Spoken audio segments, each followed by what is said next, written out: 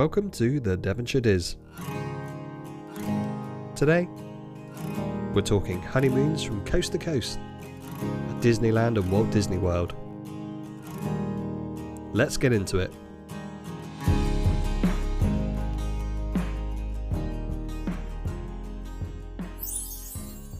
Welcome back to the Devonshire Dis. I hope you're all well. And Happy New Year, January 2026. Can you believe it? I hope everyone had a fun festive season and the start of the year has been a smooth one all round, minus the weather, of course. For a lot of people, the turn of the year means they get to shout from the rooftops, "We're going to Disney this year." How super exciting that sounds. And those who have trips booked or are maybe at the planning stages for 2026, either way, exciting times ahead. Soak it all in, and I hope you have a fantastic trip if you're heading over there soon. Before we head too far into the new year, though, I'm delighted to be joined by two guests who have both experienced an extra special trip in 2025 as they added a bit of Disney magic into their honeymoons. Returning to the Devonshire Dis Podcast to recap their magical honeymoons from each coast, Adam, aka Wanderlust Walleys, and James, aka SnacksBeersAndMickeyEars. How are we doing? Oh, good. Thanks for the invite again. Yeah, thank you for having us back. No probs at all. No probs at all. How's January treating you? Off air we were talking about the weather, so we won't bore listeners with doing the traditional British thing of moaning and groaning about rain, sleet, and snow. But how's January started for you guys?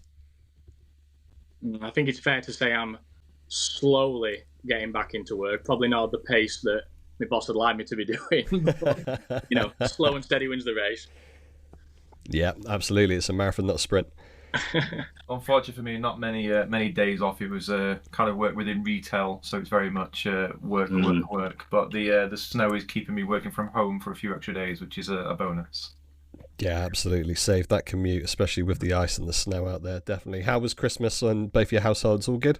Yeah, it was nice. I think that it's funny actually. I feel like, I'm in my 30s now, and this is the first Christmas where I think I've really sort of just sat back and just appreciated a bit of a break. Obviously, busy year 2025, wedding, honeymoon, other friends' weddings in different countries. That's like, the ideal Christmas present for someone who's in their 30s now. And trust me, when you get to 40s, you want even more of that downtime. No, it has. It's been like the days where it's always busy because we've got a lot of family who live nearby, so we're always sort of visiting theirs or we've got visitors in. But the days in between where it would just sort of me, Soph and Frank, doing nothing, watching telly. I rattled through the entire Despicable Me series and nice. just like soaked it all in. It was nice. Good stuff. That's what it's all about. A little bit of relaxation, some decent films. I love it. How about you, Ad? Yeah, it was. It's always nice to obviously spend it with family and stuff. So we have my nieces and nephews over in the morning for breakfast. That's become a bit of a tradition. We went to see the wife's dad in the afternoon, and when we just had our own kind of meal in the evening. So it was just nice and easy, two plates to wash kind of thing, so it was brilliant. That's always good. And then, back out again, seeing friends and family again on Boxing Day, and then weekend off from work, and then back at it. So kind of 4 days of bit of peace. But yeah, no, it's lovely. It's great to see, obviously, the kids, and I actually got them a gift card in a Disney envelope, and they thought we did a surprise reveal a few years ago. They thought they were going back to Disney again. Oh no! A little bit of a letdown when they got a £50 gift card, but oh, that's a shame. But that's the problem with doing reveals, I guess, isn't it? Yeah. We did the same with Penny went for 2024. We did like a scratch card, so I think every time I pick up a scratch card, she's going to think, if I scratch this off, I'm going back to Florida. No, you've just won a quid or something. I think I'm learning what not to do here when Frank gets a little bit older. I'm like, I don't want to set that trend. Yeah, absolutely. Yeah, definitely. I'm glad you guys had a good festive period and families all enjoyed it as well. And like I said, name of the game is you got a bit of respite from work as well. Awesome, good stuff. As we mentioned earlier, and for those who have tuned in to Adam and James's previous episodes, we will be discussing all the Disney highlights from your magical honeymoons. James, you headed over to the East Coast in WDW, and Adam, you added a Disneyland trip over to your West Coast travels. So we've got a bit of a East Coast, West Coast comparison going on here, which I'm super excited to dive into. In general, we're obviously going to get into the specifics. That's what it's all about. But in general, how did the honeymoons land, and specifically the Disney side of it all? Yeah, I mean, it were.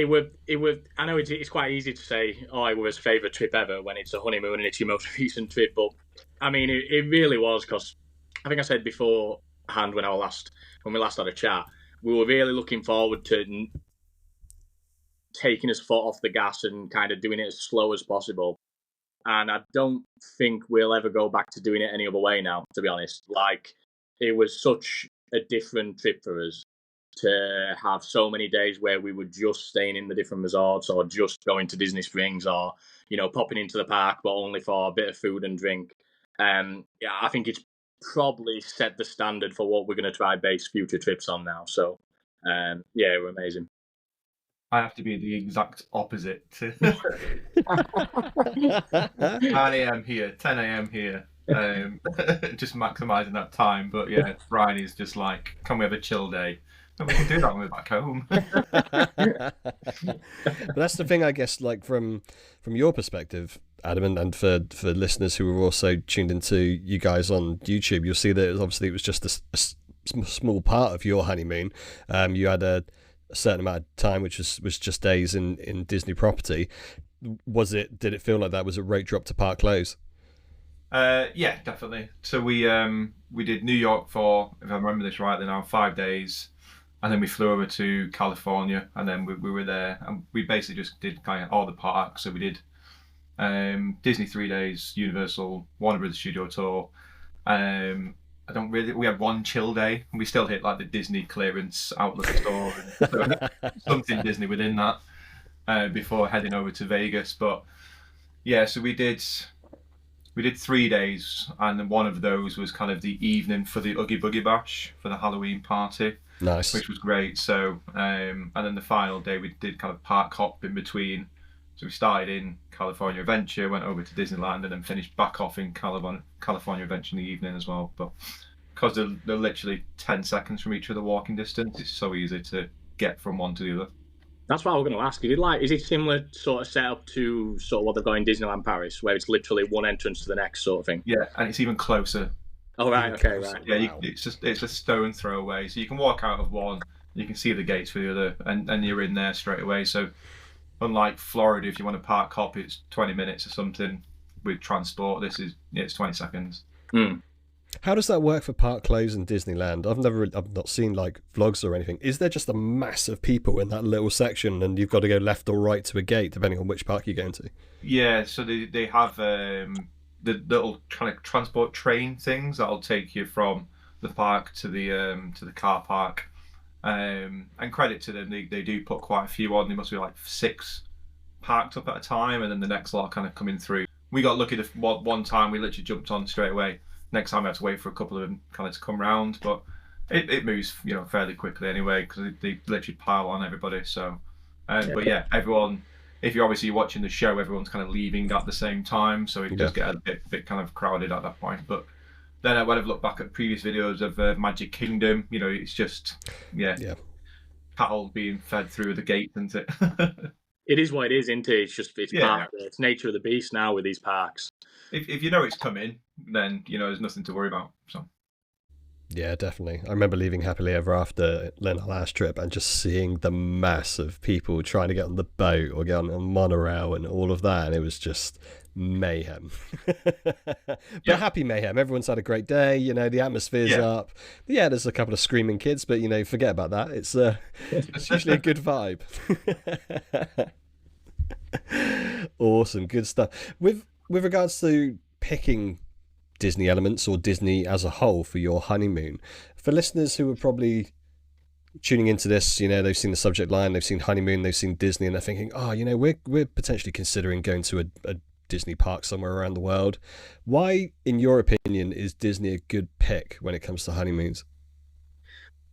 I don't know that I'm necessarily going to give the best answer to this, because for us, it weren't even discussed what we were going to be doing for his honeymoon. It was like this. It was like we knew basically where we're going. It was just a matter of where we're going to be staying. Yeah. So you know, all I can say is that there's so much on offer there. Like if you're thinking, I don't necessarily fancy going to just a theme park for my honeymoon. Some of the stuff they've got on offer in relation to food experiences go so far beyond getting on a ride, whether that's your kind of thing or not. So I think if it is something you're thinking about, you need to look into it really. Whether you're a Disney person or not, do a bit of exploring. Yeah, 100% agree. We went out to California in 2022 and did a bit of a road trip from LA to San Francisco and back again. And that's where we got engaged in like the Hollywood Hills. So we kind of wanted to go back and kind of relive that holiday. So we did a lot of this, the same things, but we're obviously massive Disney fans anyway. So it was kind of a given back in California, we've got to go. And then the timing that it was, we were obviously able to go to the Oogie Boogie Bash, which was incredible. We'll go through that later. But awesome. It's just a fantastic place to be. For me, I think it's just an escape from everything else. Escape from reality. Work phones off. Don't need to worry about anything at all. And then from 8 a.m. till 11 p.m. I can just be in the parks and, just free from everything else. And I think that's what I kind of get out of everything from Disney. Just Adam's hit the nail on the head there. I mean, that's what it is. It's been able to switch off, isn't it? There's nowhere else in the world like it that you can just shut off like it. I heard somewhere, I saw somewhere, like, you feel so safe as well where you are. Like, you don't need to worry about anything. Like, nothing's going to go wrong. You're in a great place. People will look after you if there anyway. Everyone's always nice, and everyone's in a good mood. And when you're surrounded with loads of people who are having, whether it's the first time being there or the 10th time, they're still absolutely loving everything they're doing. Yeah, that's a great shout. I think like when you think of marriage and you think of honeymoons and celebrating your wedding and so on and so forth, it's such a magical life moment for you guys, and anyone who's getting married, and to be able to celebrate in the most magical of places where you have that positivity, where it's going to be generally a positive experience and a magical experience, and you're going to have memories. It's just solid picks, isn't it, when it comes to honeymoons? Yeah, we did. I mean, in trips previous, we made a habit of visiting the wedding pavilion at the Grand Floridian. Nice. And sort of thinking like, oh my God, wouldn't it be amazing? And then, we started looking at the price and we were like, well, we can visit the parks, Oh, yeah. This at some point. Comes at a price, unfortunately, that mouse. Absolutely. It is a beautiful spot, though, isn't it? That wedding pavilion over in Grand Floridian. When you have it, I mean, they do keep it. I don't know whether they're meant to or whether we've just got lucky, but they do seem to keep it unlocked like a lot, so you can have a little mosey in and have a little snoop around, and you can just imagine how incredible it would to tie the knot there. Yeah, definitely. When it comes to the photo pass, did yourselves get any sort of special honeymoon snaps in both sides of the parks? We didn't this year. This was one of the first visits that we've actually had, funnily enough, where we didn't have the photo pass, and it's because we upgraded to the annual pass, which doesn't have it in unless you pay a little extra sort of surcharge on it. So normally, obviously, we've had that every time because we've bought the 14-day ticket, which comes with photo pass. So this was the first time we didn't have it, and because we had so many other things planned, we just thought we'll sort of catch his own photos when we can and give it a miss this time. Yeah, we had the photo pass, but we didn't really do anything kind of honeymoon related as such. We did, however, get our happily ever after badges. Yes. We was wearing them. And obviously, it's obviously quite nice for the cast members and people to say congratulations and all the rest of it. So it's always quite nice. Yeah, good stuff. Those little nuggets of magic. I love it. Yeah. I love it. Right, let's get into the highlights, shall we? As we've done with each trip report on Devonshire Dis Podcast, we'll tackle the best bits by picking awards for different topics, and then we'll kick things off with Disneyland and Walt Disney World, shall we? First award for your honeymoons, coast to coast. What was the favourite ride or attraction? So I have actually got to, against convention here, if I'm going to be honest to myself, I'm going to have to jump over to the other big park in Orlando. Wow, really? Yeah. it was much of a shock to me as it probably is to you. But Monsters Unchained at Epic Universe. Oh, that's good. Was like one of those things where I got off it, and obviously me and Soph had to take it in turns going on it because of Frank. And I didn't even know what to say to her. I would just like, just go on it. I don't know how to describe what's just happened. Get on it. It would, and it's really set a standard as to what you can expect from rides going forward. So as much as Everest is always going to be, my nostalgic number one in Walt Disney World, there is something about what they've managed to do in that park over at Universal that I've got to give them a nod to. Yeah, it looks good. It looks good, to be fair. I'm very jealous. That's actually the one that I'm looking forward to getting on the most, I think. Yeah, I mean, it's like if you've been on Forbidden Journey in Islands of Adventure, it's that sort of ride mechanism. Right. And as someone who sort of grew up on loving classic monsters, Dracula, Werewolf, Frankenstein, etc., they were like tailor-made for me, so... Yeah, good pick. Given that it's swayed away from the Mouse's Kingdom, I'll give you that, because I really want to go on that ride as well, to be fair. It's definitely at my wheelhouse. Yeah, they've done a great job with it. Awesome. What about you, Ads? What's Disneyland got to offer? What's your favourite? So usually I'd say kind of Rise of Resistance, but I think it's always a bit of a given. I think for me it was Mission Breakout, Guardians of the Galaxy Mission Breakout. So it's obviously cool. The Tower of Terror with the Guardians of the Galaxy overlay to it. And then, so as you kind of going through, it has different screens, or it has kind of different parts of Groot going missing and Rocket chasing after him, and it was like the monsters overlay, so it was like a scarier version than usual as well, with it being kind of Halloween time.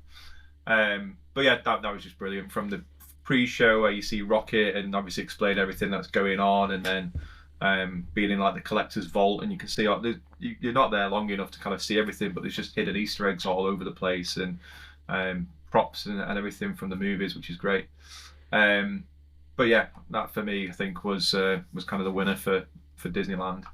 But obviously you've got a mention of Rise of Resistance. What was different though from over in Florida was the moving cannons were working. Yeah, so that quite was a rare instance in Florida that now, isn't it? Remember that? So I've never had that before, so that was quite interesting. So yeah, that was good to kind of actually. So I was watching that more than anything else.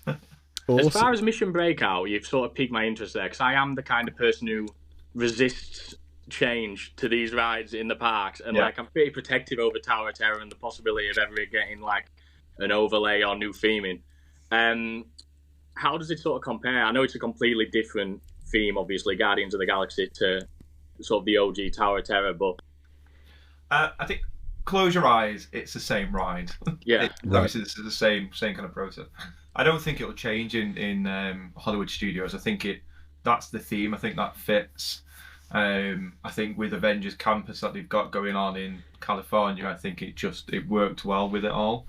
But yeah, basically it's just a reskin. Like I said, if you close your eyes, you're on the same ride, same kind of thing, up and down. You don't know what's happening. I think there's 5 or 6, if not more, different ride kind of overlays. I don't know what they call it actually. Programs. So you know what you're getting. And again, the time of year that we were there, it was a different overlay again with the monsters version. So yeah, definitely give it a try when you get out there. Nice. Yeah, it does sound good. And it's like you said, it's fitting for the area. It'll be interesting to see what happens to Disneyland Paris. I wonder whether that's going to stick to Tower of Terror, or whether we might get a Guardians being so close to Avengers Campus, or whether it'll be something else with the evolution of those parks over there. I mean, it's on the doorstep, isn't it, of Avengers Campus? I don't know how close it is in California to... Yeah, it's basically the same, yeah. Right, yeah. So I guess it would make sense, I guess.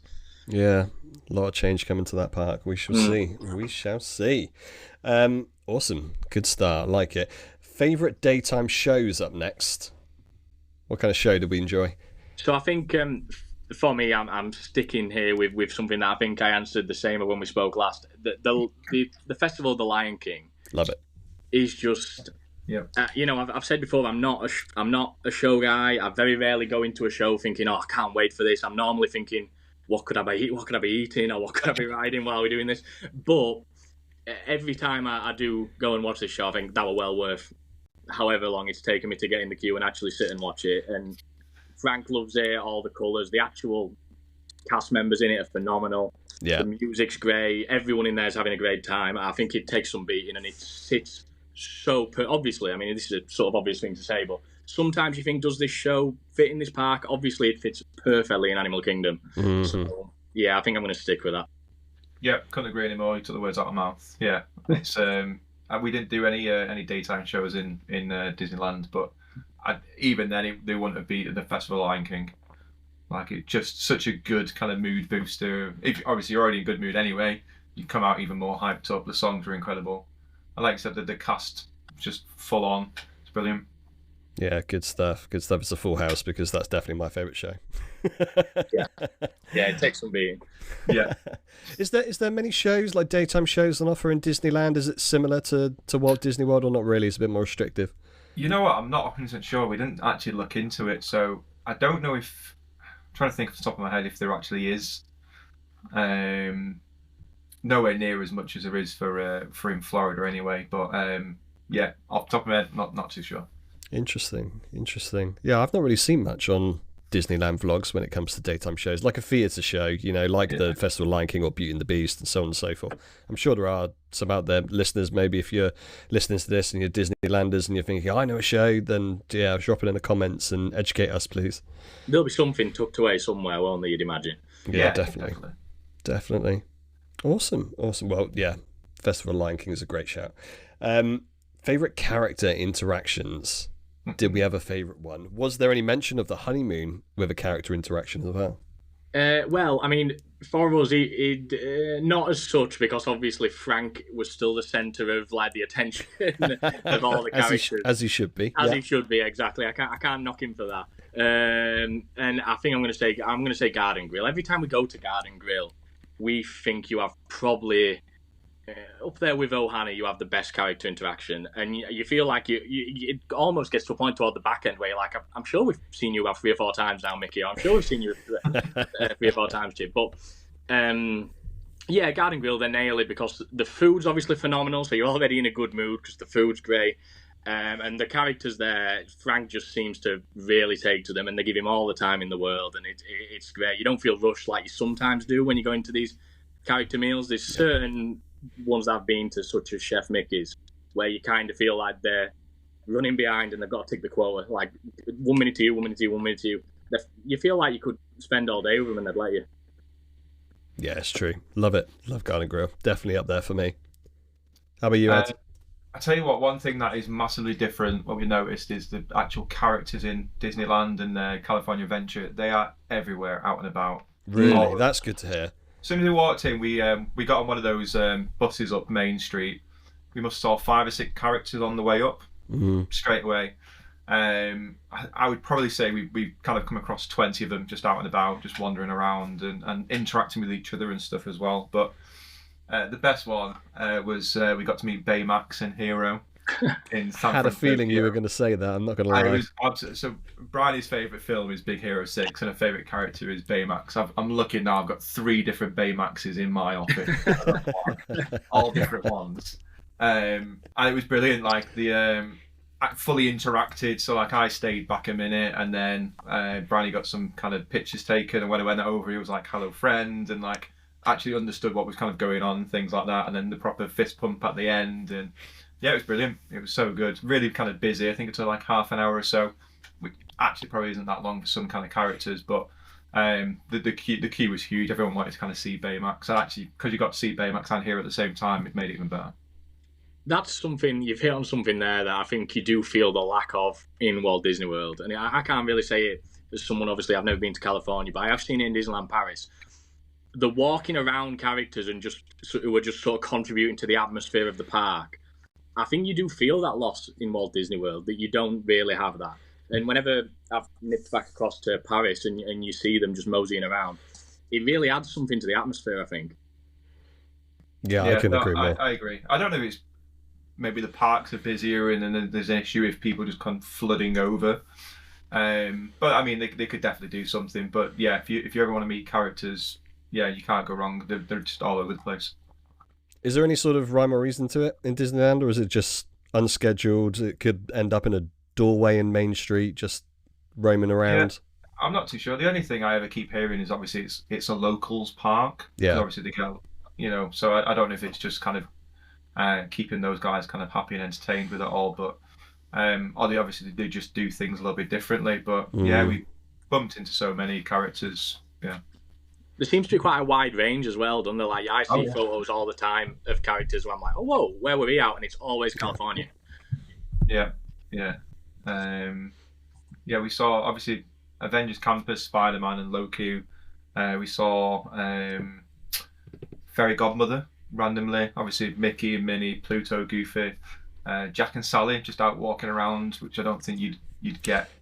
That's awesome. Yeah, just to name a few. I think we saw them twice in two different parks, which was good. So it was brilliant. You look at, I think it was well over an hour, I think they said, for the Jack and Sally meet in Mickey's Not So Scary. So the fact that they're just roaming around and you can have a quick selfie with them in Disneyland is a massive benefit. Yeah, that's crazy. Awesome. Edna Mode. I've got a picture with Edna Mode. That's a good character to meet.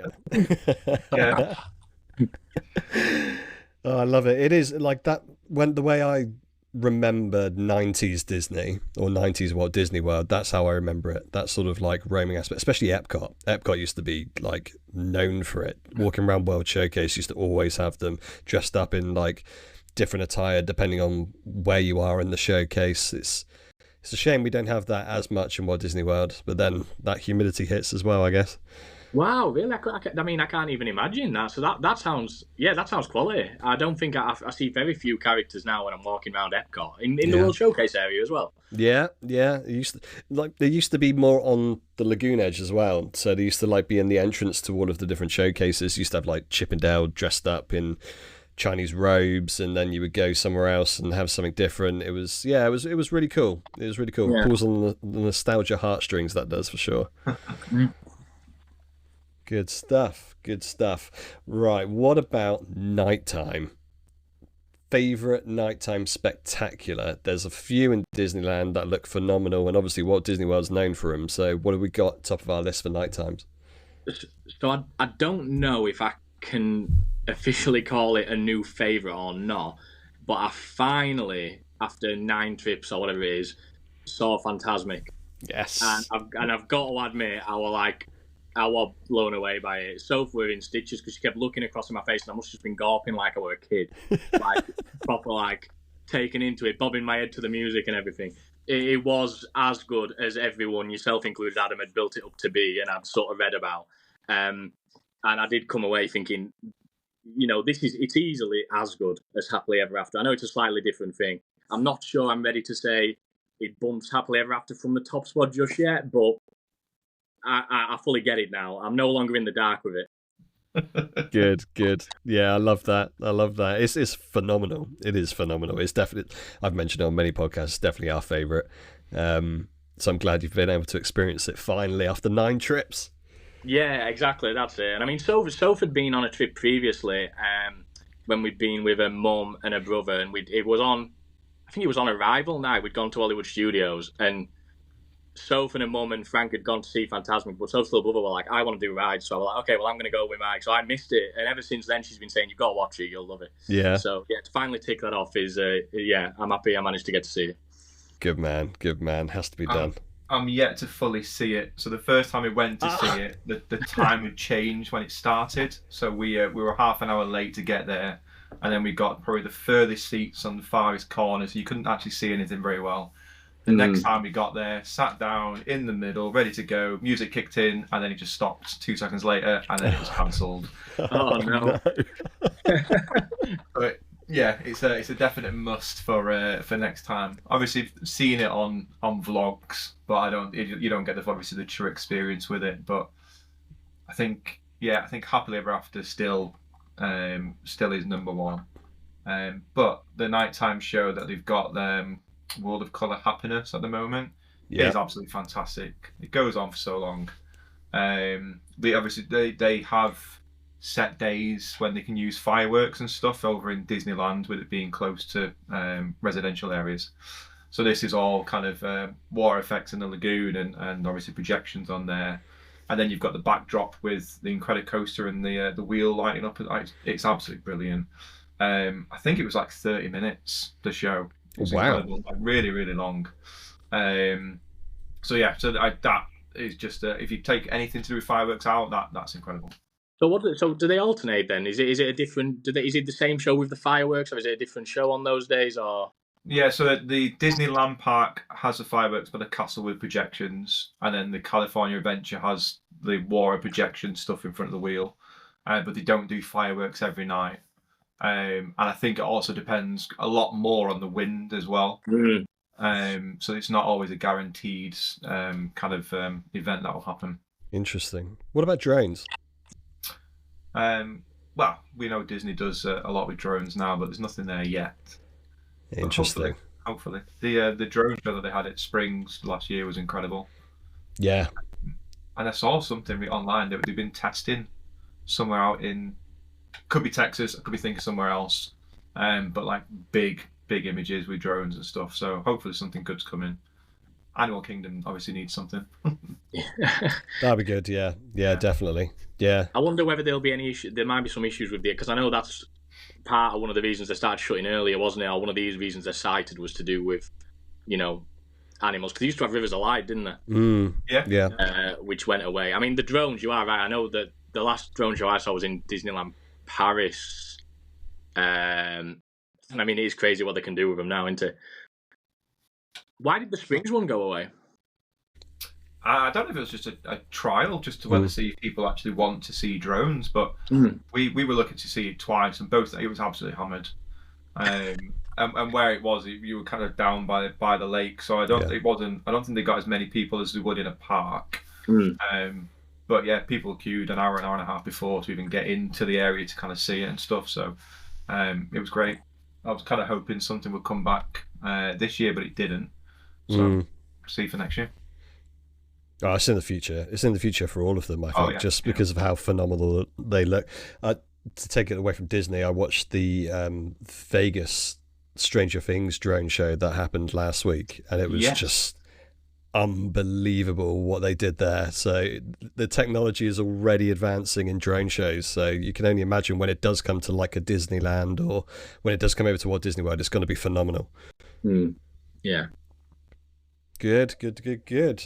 Okay, what about overall park? Obviously, there's more parks to choose from in Walt Disney World. It's a 50-50 shot over in Disneyland as far as Disney's concerned. But what for this trip, for your honeymoon trip, what was the favourite park? Yeah, I mean it is still Animal Kingdom, and we actually spent less time in this park this time, and we certainly spent less time on rides. I think 2 of the visits that we had to the park, we didn't actually do any attractions at all. We just went and had some food or some drinks at Nomad Lounge and just sort of really soaked it in. But the same thing I've sort of been shouting from the rooftops for a while now. This park shines when you go and do nothing, I think. Like when you just go and think, I'm not going to do anything today. I'm going to just have a mosey around, grab something to eat. I might get on a ride if it's a decent enough way. But I think that's where that park comes to life. And even though we were loving Epcot, we spent a lot of time in Epcot because of the resorts we were staying at. Every time we hop back over to Animal Kingdom, I'm like, oh yeah, this feels like home again now. Yeah, that's nice. Yeah, good. Yeah, definitely. But people, I've heard the word identity crisis when it comes to Animal Kingdom. I think that's a little bit drastic. And I've heard people say it's a half-day park and so on and so forth. But I think you've hit the nail on the head. If you're looking for chill days and you're thinking, I don't want to waste the day not being in a park, go to Animal Kingdom and just walk around. There's so much to see and do without going on an attraction. And obviously it's going through some construction in a minute, so attractions are limited. But, get a refreshment. There's decent eateries over there. There's loads of food choices. The merch places are the best merch places on property, in my opinion. 100%. It's a great park just to chill. Yeah, no, I think you hit the nail on the head. That's it. The two, particularly the 2 shops that are either side of, I forget the names of them now. I think it's Island Mercantile off the top of my head. Yeah. And then the other one, they are constantly stocked with not just your generic stuff that you find in all the different sort of parks, but unique stuff that you won't find anywhere else. Yeah. The food locations, as you've said, particularly quick service wise, incredible. Tiffin's, the signature dining there, which we still haven't managed to do, people rave about. I think it's perfect in that it's got a little bit of something for everyone. Maybe not ride-wise. I get that there's not a huge amount of rides there. It's not like Magic Kingdom or something like that. But as far as food and drink goes, and just sitting and soaking vibes in, I really don't see many arguments against it really being the top dog for that. Yeah, good stuff. Also got the cheeseburger pods, which are incredible. Yes. Yeah, I would pay park admission just for that. I'm not gonna lie. What about the West Coast, ads? Well, you're right. There is obviously only two. Weirdly enough, the Disneyland park has Rise of Resistance and Smuggler's Run-In, which you kind of expect from like the Hollywood studios. But I like the thrill rides and stuff. So California Adventure's the one for me, with Incredicoaster, Midway Mania, or Toy Story Mania as it's called, because I'm quite competitive, and me and Bryony are always kind of competing. Avengers Campus with Web Slingers, same again. So like your arm has a workout by the end of the trip, which is, and then annoyingly it was down for refurbishments, but Radiator Springs, the racer was down for refurbishment, and it was just incredible. Getting on it in 2022, it was absolutely amazing. But the whole Radiator Springs area is fantastic, and even better at night. But the ride is just what Test Track should be and needs to be, kind of thing. I mean, that is the one that whenever I see like a clip of Disneyland California and I see Radiator Springs and the ride itself, I just like, that is the thing that sort of stands out to me. And I'm like, that looks so good. Yeah, they go all out at Halloween. Like everything's all decorated with it all. So like all the cars are dressed up, and all the billboards are done, and the Mosey Cone Hotel has like scary faces on it, and it's just brilliant. So yeah, I think that there is obviously. I think your Disneyland Park is great for the little kids, but I think for like if you want obviously a bit more rides, I think the California Adventure is the one to go to. Yeah, definitely. So obviously in Walt Disney World, you've got a specific idea of theming: Animal Kingdom, animals, wildlife, conservation. Hollywood Studios, although if you're going to call anyone with an identity crisis, maybe Hollywood Studios is there at the minute. But movies, Pixar, so on and so forth. Epcot is obviously the innovation, the futuristic element. Magic Kingdom's, as you mentioned, the fantasy world. When it comes to Disneyland, is there specific? Do you have a vibe? Do you have a theme in either park? I mean, the Disneyland park is pretty much the same as Magic Kingdom. I think the only real difference is you get in Batuu included. So you still have Fantasyland, you still have Tomorrowland and those kind of standard areas, or Adventureland as they call it as well. But then you're also getting Batuu included. So I think that's all pretty much the same. Trying to think what else was there. They have Toontown, where they've got Who Framed Roger Rabbit and Mickey and Minnie's Runaway. So again, you kind of some of the stuff from Hollywood Studios kind of come over. So yeah, I think obviously you kind of your Disney theming is kind of with all your little kind of subcategories. As for California Adventure, it is a little bit of everything. Like you've got the Avengers Campus, which is going to expand next year, I think. There's 2 new rides going in. There is going to be a Pandora area, which looks amazing from the concept art. So that's going to be getting even bigger again. But then you have Pixar Pier, which is kind of with the Incredible Coaster. You've got loads of little small rides as well that go with it. And then they have, trying to think what else the design is. They've got like a quite big wooded area. Red Creek Trail, I think. I could be wrong with that. Which is quite nice to walk through. And again, they did like an overlay at the Halloween with loads of like lasers and lights and different projections and stuff going on. That was brilliant. So which park's the new Pandora section going in? So that's going to be in the California Adventure. Oh. And what time's closure on California Adventure? I think like 8 o'clock. I think. It's one of the few things that does sort of rile me up at Animal Kingdom is obviously because they've brought the closure forward as much as they have, you don't get to necessarily experience that Pandora as once was. Like when that first when Pandora first arrived in Walt Disney World, and you could walk around there quite late at night in the dark, and you got to really see like the neon, and it felt like that place came to life, and you don't get that anymore now. And if it's an 8 o'clock close, you might be able to live that again in a sense. I think hopefully, a bit of a spoiler here, we're trying to get back out in October, November this year. So I'm actually looking forward to getting to Animal Kingdom and actually experiencing it at night, because it should be dark. So that'd be good. I'm just kind of double checking now the times, because we left pretty late on some of them. So, but again, it was dark, so obviously it's quite a good point. But yeah, I think the Pandora, if they do the same thing, which they should do, obviously all being kind of lit up and illuminated, that'd be amazing. Yeah.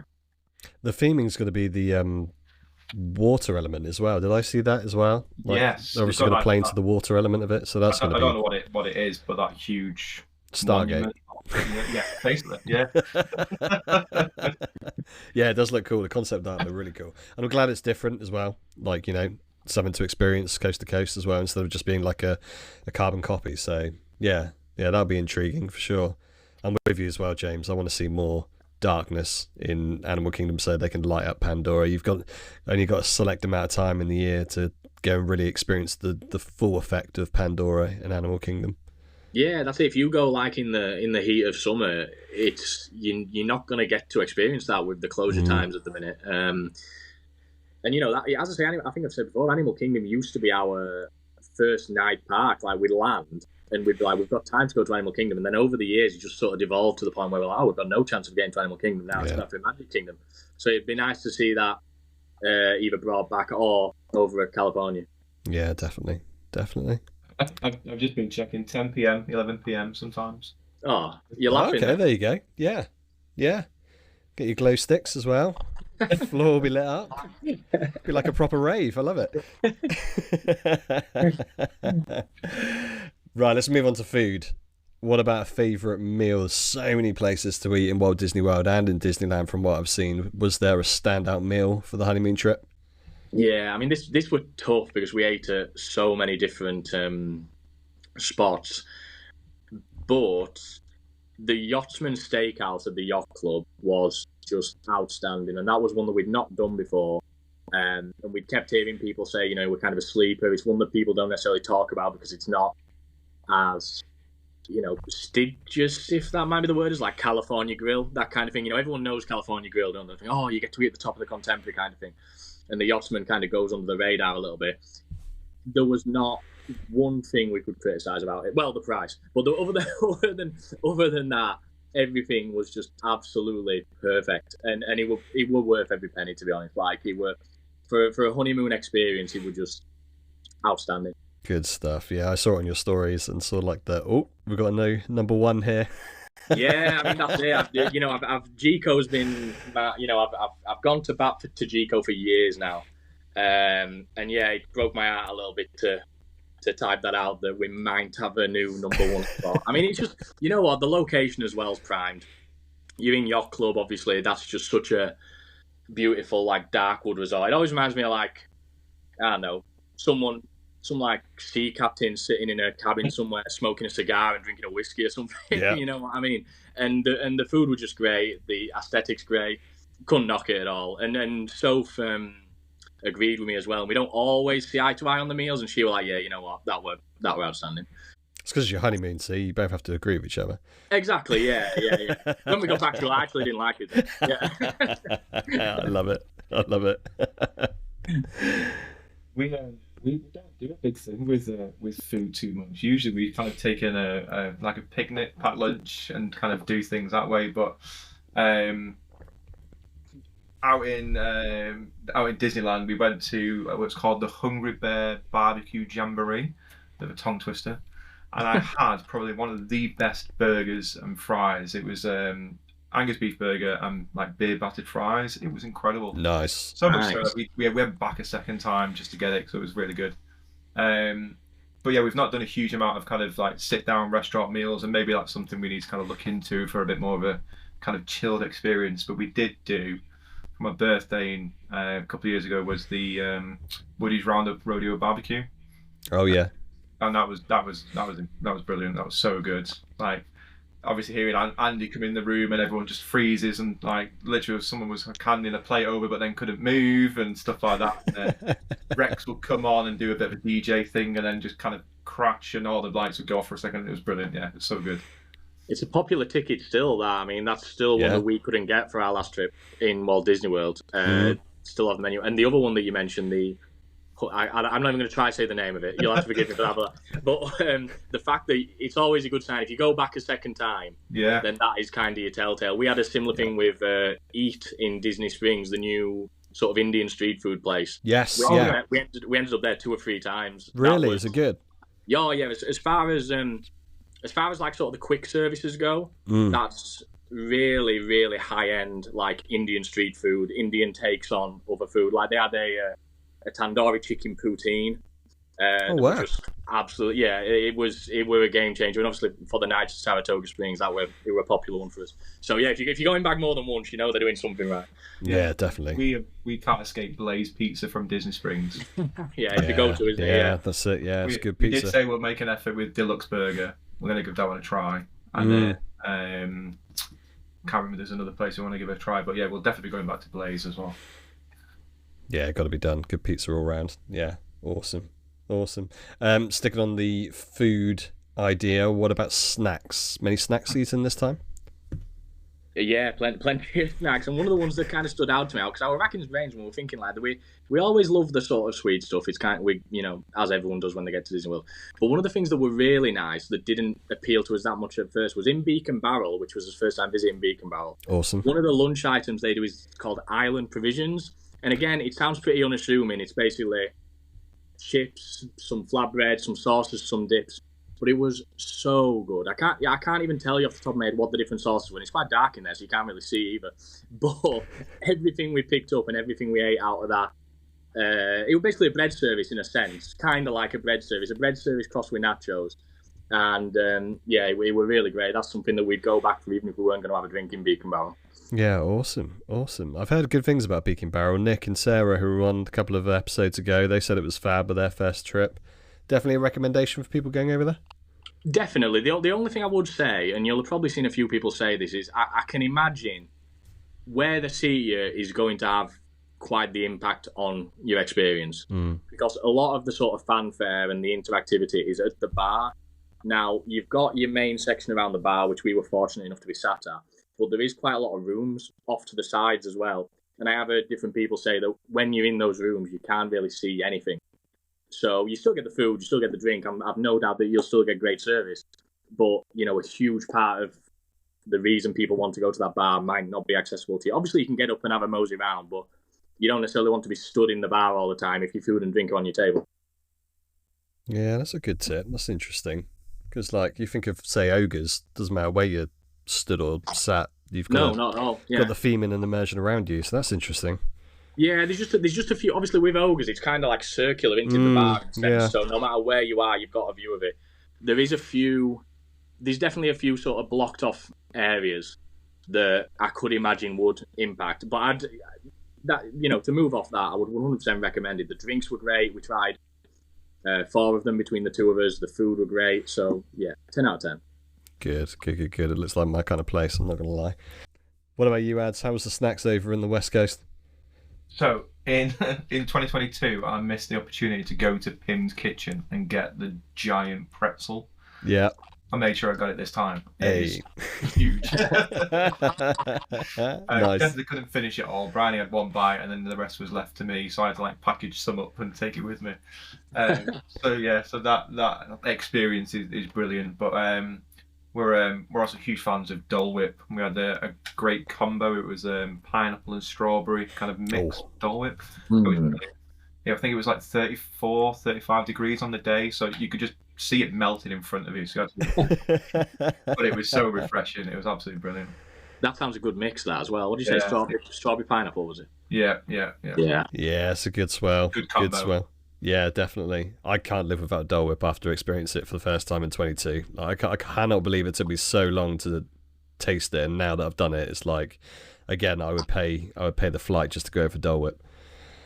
It is a challenge, though, isn't it? As you say, you get to you turn it, you pay for it, you turn around, and you're still in the shade of the building, and you're like, as soon as I step out of this shade, I need to crack on immediately, because otherwise I'm going to be caked in this. Brain freeze or not, you're going through it.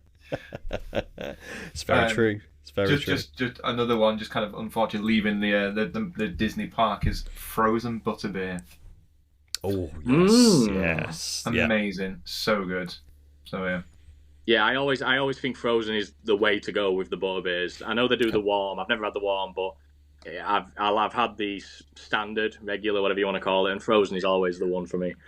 Yeah. I've had the warm, and it's like drinking syrup. It's not. I can imagine it is. Yeah, like it's fecal. Not pleasant. Yeah, it's not pleasant. It's not pleasant. I don't mind it on a sponge cake, but I don't want a glass of it. You know what I mean? Yeah, I struggle with hot drinks in general in Florida, to be honest. Like. Yep. My coffee's iced. Everything I have over there is like my beer's cold. Like, I know when we've gone with family before. Like I remember when with my parents, my mum, no matter how hot it was outside, would be like, "I'll have a hot latte," and walk around with a hot drink. And I can't quite get my head around it. But each to their own. However you want to do it. Oh, I love it. It's true. Yeah, iced everything when I'm over there as well. I'm not gonna lie, especially the Dole Whip. Moving on away from food. Next award would be for the favourite resort either stayed or visited. This was tough, was this? You saw a few on your trip. Yeah.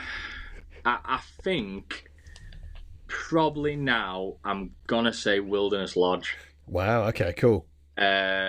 Which is heartbreaking to knock the Poly off that spot because it's been there for so long. But yeah, I think there was something about... We visited Wilderness Lodge a few times, but to actually stay there, one of the things we loved about it is you really do feel like you're in the wilderness, and I think part of that is because it's a little bit off the beaten path of some of the monorail resorts and some of the other resorts. It doesn't get quite as many visitors. So for the nights we were at the Poly, one of the things we did notice, and I'm not knocking people for doing this, we do it all the time. I say it's our favourite thing to do in Disney World is visit the resorts. But when we were staying at the Poly, we really did feel that it was sort of a visitor hotspot as well. It didn't feel necessarily as chilled. You could tell there were a lot of people there who were just coming to go to Trader Sam's or coming for a meal, etc. And at Wilderness Lodge, you did feel quite isolated. There weren't many people. There were one or two, but there weren't many people coming to visit it. The pools were nice and quiet. The food and drink options were great there. Geyser Point's absolutely outstanding. To say that is just a walk up. Well, it is table service, but you don't have to necessarily make a reservation for it. I think that's a real top option for anyone who's looking for something to eat on the monorail resort. And it just struck a chord with us. We like that sort of real old West American theming as well. It were great. And yeah, I think that's probably top spot. We had a really nice room as well, which we're looking out over. I wouldn't say we necessarily had a firework view because there were quite a few trees, but we could see some of the fireworks when Happily Ever After were going up. So it was quite nice to be able to sit out there on an evening and watch those. That sounds cool. I like that. Yeah. What about the West Coast for you, Ads? Because obviously Disneyland has its options, but there's plenty of options from off-site just around the corner. In fact, some of them are even closer to the parks than the on-site or Disney property resorts. Where did you stay, and did you visit any of the Disney ones? We this might perhaps surprise you. I've only ever stepped foot in one Disney hotel, and that's the Art of Marvel in Paris. Yeah, I think going back to what I said earlier on is I'm very much in the parks from kind of open to close, and like taking a trip out to a hotel for me is like, I could be on a ride, I could be doing more. But I think there's definitely room for more chill. But the Art of Marvel in Paris is incredible. So that's brilliant. Where we stayed in an Airbnb in a place called Montebello, and it was kind of central to everywhere we wanted to go. So it was like 30 minutes towards Anaheim, and then 30 minutes the other way to kind of Universal and the Hollywood Hills and Warner Brothers Studios and stuff like that. So we stayed in a very similar location last time, and it was just an easy place to kind of get to. But yeah, there's quite a few obviously hotels nearby, and then there's the fairly new one, I think the Pixar Hotel, which again I've seen pictures and that looks really good. It does. But the one that I do want to stay in Florida if I get a chance is the Animal Kingdom Lodge. Yeah. Just a couple of nights there, just looking over, that'd be amazing. It's a special place. We had a couple of nights there on the honeymoon trip, and it really was. Yeah. There's something about, like, you can have all the views in the world from all these different resorts. Like, oh, you've got a good view of the castle, you've got a good view of this. When you can wake up and you don't quite understand until you're in one of those rooms how close you are as well, and how good the view is of these animals going by. I mean, how they've done that is, it's quite something. That, no matter what we think of the different resorts we've been in, that's the view that we keep talking about now. Do you remember when we could wake up and have a coffee looking out over the giraffes and stuff like that? Yeah. Yeah. What you were saying before about certain hotels being very kind of touristy and populated with people going in, I don't see that as being one of those, because it is a little bit out of the way. Yeah, I think you get people going for the restaurants. I think you get obviously a lot of visitors for Jico and Sonar and such. But you are right, through the sort of day, through the daytime hours, you got the vibe that the people who were there were the people who were staying there and just wanting to chill by the pool or whatever, or heading out to a park. As you say, it's quite off the beaten path, isn't it? It's quite a back away from the rest. Yeah, it's good. It is. It's an incredible place to stay. And, like, if you're looking for downtime, then that resort just wins out the fact that you've got the walkways, so you can walk up to the savannah. You don't necessarily need a savannah room. You can have a standard room. You still have the access to savannas around the resort as well. Again, merch shop and Jambo House. Yes. Pretty special, that shop. I'm not going to lie. We spent a few Disney dollars in that shop. It was incredible. The only thing I couldn't find, and I don't know if that's a thing now, I don't know if you've seen it, James, on your travels there, is magnets. Magnets for Animal Kingdom Lodge. Couldn't find one. You're right, actually. There were a lot of pins, as there is pretty much everywhere. Yeah. But you're right, actually. I'm not sure about magnets. You are right, actually. I'm just mulling over in my head. I'm not sure as far as resorts go whether there is a better resort shop than the Jambo House. Yeah, it's good. It's good. You know, that really is sort of there's a lot there, and again, there's a lot of unique things that you're not going to find anywhere else, isn't there? So yeah, definitely. I think one of the things we did find from our trip, to be honest, is like, and this kind of ties in with what you were saying, Adam, about how you'd spend more time in the parks and less time chilling. There is a resort for however you want to do it. Like, there's no bad resorts on Disney property, we don't think. Like, they're all just, what do you want to do? Do you want to spend more time in the park? Do you want to spend more time chilling? Yeah. Do you want to be closer to food options? That kind of thing. Like, they're just, every single one of them were bang on in their own particular way. Yeah. I have a feeling that the minute I stay, so Bryony has stayed in a Disney hotel, and obviously there's an extra cost that gets involved with that. Yeah, so I absolutely. feel like the minute I do it, I'll be like, I absolutely love this. It's now going to cost me even more to go to Disney. But if I can get another trip out of it from saving by doing, I don't mind driving and getting around, and we usually do a lot of stuff where we kind of go to the outlets or just off to Denny's or whatever, so some food, and we've got kind of flexibility to do that, so I don't mind doing that, and you kind of save a little bit of money there. But yeah, I think if I can get 2 trips instead of 1, I'm happy with the villa. But I definitely need to stay in Animal Kingdom Lodge, and who knows, when I've a little and running around, I'm sure we'll be getting into some Disney themed hotels. Yeah, definitely 100%. When it comes to California and you picking that Airbnb, how did you research it? Is there like a specific area which is catered for the theme parks that are out there, and they recommend that sort of area you go for, or was it just, on a whim? So we found somewhere very close to where we were in 2022, and we literally had picked it in terms of what was the distance between the 2 parks, because Universal is one way and Disney's the other. Found an area in the middle and just looked within that particular area, knowing full well it's not going to have the higher costs of being closer to Disney or being closer to Universal. So kind of one there a little bit as well. And the road, once you're on the motorway, it's 6 lanes wide. It's easy enough to drive on. So it's a breeze to kind of get to. So that was just where's the middle. Kind of research the area. Is this a safe area? Everything was kind of fine. So we were going to go back to the same one that we had last time. Didn't book it in time. Found one nearby that was just as good anyway. So, and usually the way they are, it's somebody's house, and then they've obviously got like an outbuilding that they've kind of built. So you have your own living room and kitchen, toilets, and all the rest of it. So it's just like a 1-bedroom house. It's really nice. Yeah, cool. What sort of distance are we talking Disney to Universal over in California? Probably an hour and 20 if you go from Disney to Universal. Yeah. However, LA traffic is horrific at times. So Yeah, I can hear. depends what you're doing. But where we were, it was about 30 minutes either way, ish. So it wasn't too bad. Yeah, that's not too bad. I could handle that, even if it was LA traffic. Yeah, but I mean, I've heard stories. If you did a trip where you went to Disney and stayed in a Disney hotel, and then you obviously went up the way to Universal and stayed in a Universal hotel, then you're not having to travel as much that way. Yeah, definitely. Interesting. Okay, what about favourite new experiences? Something that you experienced for the first time on this trip? It can't be Fantasmic, James.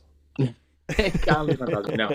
I mean, I think overarching, as I mentioned before we hit record, taking it completely steady and not going tooth and nail every single day was, as I say, quite an eye-opening experience that we're probably not gonna change in the future now. Sort of waking up and maybe we'd drop a park, but we'd come back after we'd done 2 rides and got something to eat, sort of thing, and spend the afternoon at the pool, or maybe we'd do nothing all day and then just head to a park in the evening. And I also think Frank dealt with that pace a lot better as well than the sort of more manic pace. He's 5 now, so he's still, the heat still gets to him. Like, I mean, he gets to us all, but at that age, it does knacker him out. So taking it steady and having days where, like, particularly when we were at Saratoga, we went to Disney Springs every single day we were there. Yeah. And just moseyed round because we thought, well, this is while we're in this location now. Let's make the most of the amenities that are here. Then we'll make the most of a Magic Kingdom while we're at the Poly, that sort of thing. Mm-hmm. So just using what was close to us, really, and taking it steady were a bit different to what we normally used to. That's a great shout. I love that for an answer for a new experience. Yeah, definitely. I mean, kids will do it to you, for sure. Just as it's going to be in your future, no doubt. Like, you will, that rope drop to park close, you enjoy that while it lasts, because you will slow that pace down once there's a little one complaining. Riley can take little home.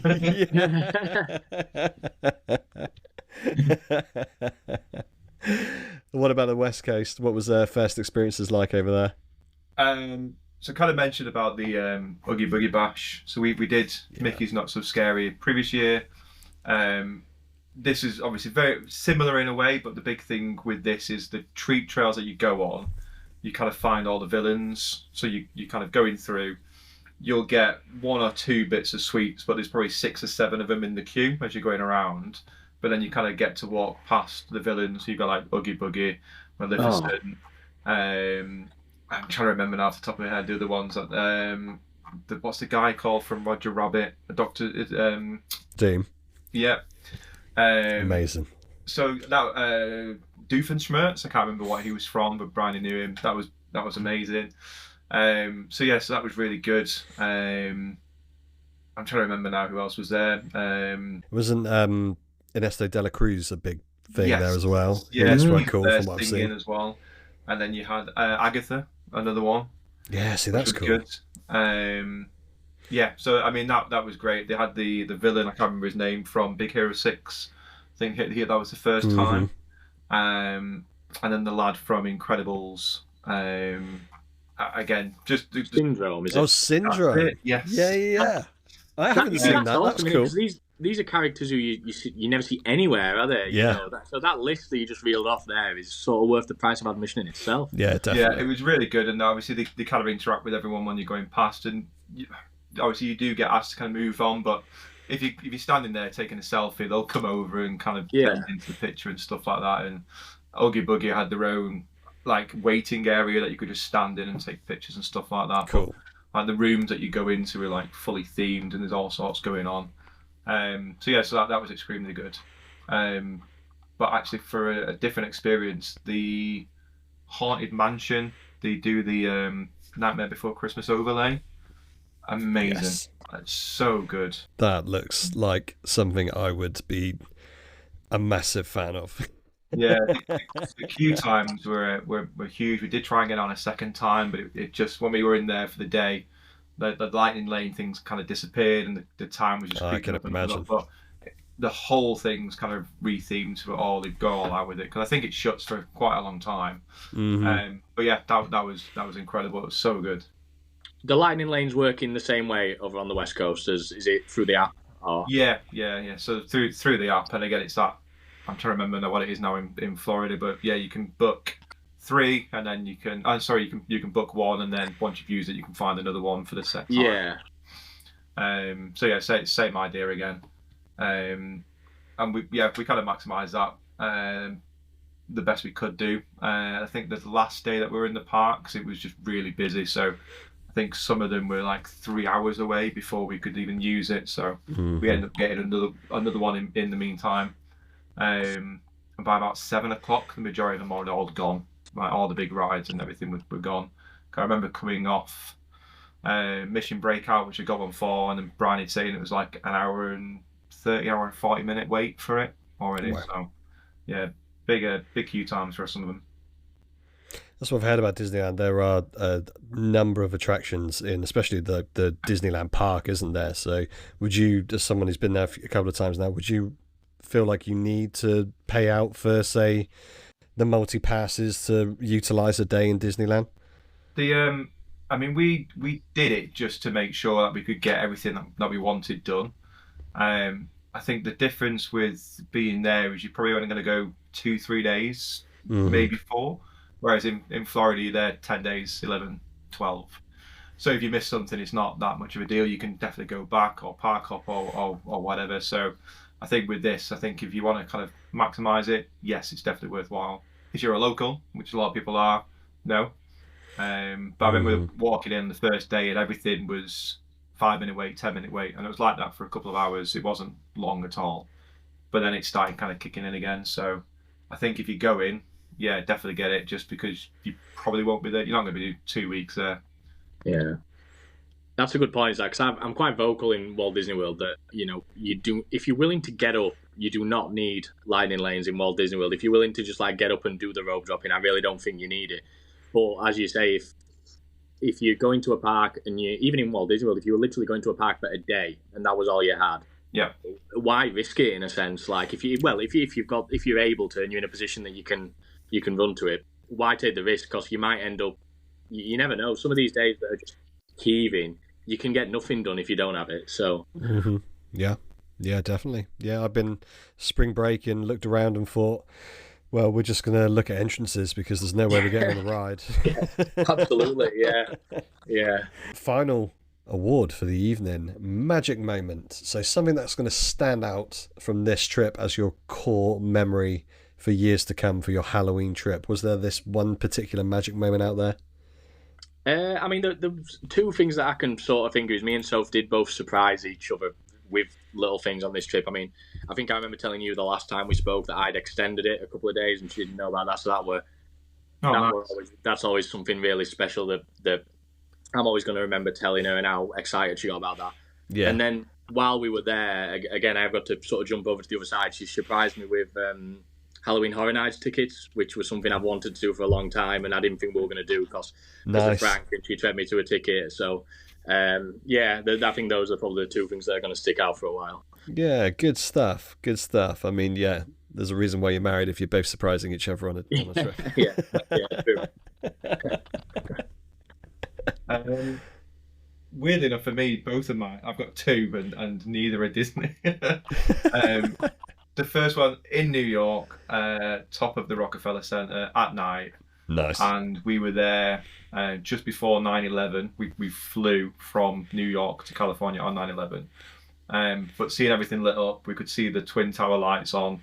A lot of the buildings were a little blue in like a remembrance for it. And that was just like a dream kind of view to see kind of New York at night. Just absolutely amazing. Kind of a bit of a sombering experience, obviously understanding why the lights were on and all the rest of it. So that was good. And then actually at Universal, we did a VIP tour for the day. Oh, so cool. We were in a group of 10 people, got there nice and early, free breakfast, guided tour around all the rides, express pass once it finished. But we literally went on every single ride in the park, and then we had 2.5 hours to do our own thing with the express pass. So that was just absolute class. I bet that were insane.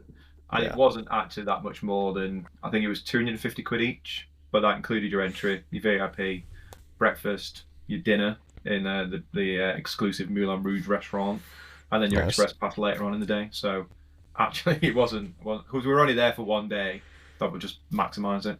Yeah, I mean, when you think about what some of these parks can charge for some of these sort of experiences, that actually seems fairly reasonable in perspective, doesn't it? I didn't realise at first because I had bought a day ticket and the VIP ticket, and then it was only later on that when I checked the terms and conditions, I was like, actually, it includes the day pass. I don't need the other one. So in my head, I saved a load of money there, so I just spent on something else. That's the way it always works. Yeah. Yeah, free money. That's it. To the merch shop. Oh, awesome. It sounds like you both had fabulous honeymoon trips on either side of the coast out there, and made some magic moments in Disney parks and also beyond as well, which is great to hear. It isn't just, I know obviously this is Devonshire Dis Podcast, but it isn't just about Disney and the places that we go to celebrate things like weddings and marriages and honeymoons. There's so much to see and do there. So yeah, you've rattled off some pretty awesome memories for sure. I think the thing is, obviously a lot everything kind of focuses around Disney, but what you were saying before around the Monsters Unchained ride, it just shows like this is the minimum of what things will be in the future. Absolutely. And just how great everything's going to be. And actually, Universal needs Disney, and Disney needs Universal to kind of raise each other up and just make sure that they bring in their A game all the time. Because if they didn't, then they would slack off a bit, and they've got to fight for it. And I think Disney said, when obviously they were open Epic Universe, it helps everybody out. So it's a good thing. I think that was one of the first things that we kind of said when we came out of Epic. So I was like, I love Monsters Unchained. Soph really enjoyed the Harry Potter ride, Battle of the Ministry, which is another exceptional ride. And when we came out, and there was, we didn't really have a bad thing to say about any of the attractions, and that were some of the things we said. Disney are going to have to look at this now and think, well, what are we going to do now? And then Universal look at that and think, well, what are we going to do now? And ultimately, we're kind of the people who benefit from it also. Oh, yeah. Apart from the prices up for the tickets. Well, other than that, true. Than that, precisely. Yeah. But, nothing wrong with a bit of friendly competition. No, absolutely not. Absolutely not. No, it's what keeps us going back for more and paying ultimately more as well. Well, that's what I think. If Disney opened, another park, I think that's when you're gonna obviously see a big increase in costs. So I think what they're doing right now with everything is probably the right thing to do and help capacity in the current parks and stuff before looking at any kind of expansion from there. So yeah, the mythical fifth gate that's been talked about for so long. Yeah, that's it. Yeah. It'll happen one day. It will happen one day, absolutely. And with it, the thousands of dollars will be added to it. So, like you say, just keep adding in, just slight increases, please. Just little increases. Yeah. We pay enough as it is. Mouse and Universal Chiefs. Yeah. No more, thank you. Speaking of future trips, obviously you mentioned earlier that there are potential future trips in planning stages. Have you got anything concrete, or have you got anything ideally what you want to go after in 26 and beyond? So not solid at the moment. I mean, the thing is with me, I actually started a new job in 2025 midway through the year, and then took a 3-week honeymoon. So I'm actually in annual leave debt until about May of this year. So it's a bit too early for me to start looking yet. But I think, as we discussed previously, Adam, I'm pumping the brakes tentatively at the moment with a view of DVC. Love it. So it may well be the case that 2026 does not have a trip for the benefit of many future years to come. Yeah. So we'll watch this space. I cannot say that if we see a great deal, I will not bite on it. But as it stands at the moment, that's the game plan. That's the thinking. Love it. Yeah, it's a good reason to pause for a year anyway. Yeah, definitely. You don't need to tell me twice about singing the praises of DVC, so I'm intrigued. To hear how it all goes. Good. What about you, Ads? We so we're looking at the end of October, start of November. So Bryony's friends, who we actually met up with the last time we were in Florida, they've booked and paid and all the rest of it, and they're going with 2 other people who have never been before. So we said that we want to go anyway. I'm just waiting for the flights to become available. So I kind of collect all the flight miles with Virgin Atlantic. So I'm waiting for the reward flights to kind of kick in and come down cheaper. So I'm hoping that'll be in the next month or so. But yeah, we want to go kind of end of October, and then just obviously kind of think 10 days in November, and then do one of the Christmas kind of late nights in the parks, Jollywood nights, I think. Yeah, good stuff. So, good stuff. So that'd be good to do. We've done Christmas in Disneyland Paris, but it'd be good to obviously do it in a Florida park and see what that's like. So that's the plan, and hopefully, if the ticket prices come down, the reward ticket prices, we can get that booked in the next month or two. Heard a lot of good things about Jollywood Nights. We've done them very, very twice now and really enjoyed it. But from what I'm seeing and hearing, Jollywood Nights is quickly becoming like the Christmas event in Disney World. Yeah, definitely. From what I saw when it first launched, I don't think they got it quite right, but I think it's just improved from then and every year since. So, yeah, I think that's the one that we're probably going to kind of look towards.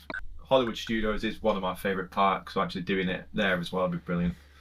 Yeah. And then hopefully an Orlando Informer meetup, if it's available at the time. I don't know what dates are going to be, but that'll be something that's, if available, we'll be doing. Yeah, nice. Darren and Ashley in the previous episode, and Nick and Sarah obviously in the other episode that we dropped in December, they both sung praises of Jollywood Nights. They said it was fabulous. Nice. Bit more of an adult vibe compared to Very Merry, but also it had a bit of a old school Hollywood sort of Christmassy feel to it, and that sounded right up my street for sure. So yeah, I think that's certainly one that we want to be doing in the future. Well, thank you kindly, guys, for jumping in today and sharing all of the magic moments you had on the honeymoon trips. It sounded like you guys had a blast. I'm sure your partners did too, and Frank, of course, as well, had a great time. Obviously, we can see where you guys were up to, and we can also catch you guys on the Disney social verse that there is out there. Before we wrap up today, do you want to share to listeners where they can find all of the magical memories that you're sharing on the socials? Absolutely, yes. SnacksBeersAndMickeyEars on Instagram. There is the YouTube channel as well, and there is a full vlog series for the honeymoon coming out. Awesome. That said, a family member's currently borrowed the Mac for some work, and I could hardly say no. So, so they're delayed at the moment, but coming soon. Good stuff. I look forward to that. Yeah, with us, we're the Wanderlust Walleys. So again, we're on Instagram, and it's the same kind of tag for YouTube. I've just tonight actually put up our 12th video for the honeymoon vlog, and then we've got about 3 or 4 more to go. So there's quite a lot on there. We've got Disney Paris, and then we did 3 weeks in Florida in 2024. So there's just there's a ton of content on there as well. So. Good stuff. Listeners, make sure you're heading to Instagram, make sure you're heading to YouTube, and I will link all of those links in the descriptions for this episode as well. You can also find Devonshire Dis across the socials on Insta, YouTube, and the one I'm still trying to figure out, TikTok. If you enjoyed this episode, please give it a like, subscribe to the Devonshire Dis podcast, and share us amongst your friends and also on the socials. 2026 is off and running, and I hope you have a fantastic year ahead, all of you. Another thanks, Ads, James, appreciate you jumping on again. Thank you all for listening out there, guys, and we'll see you next time.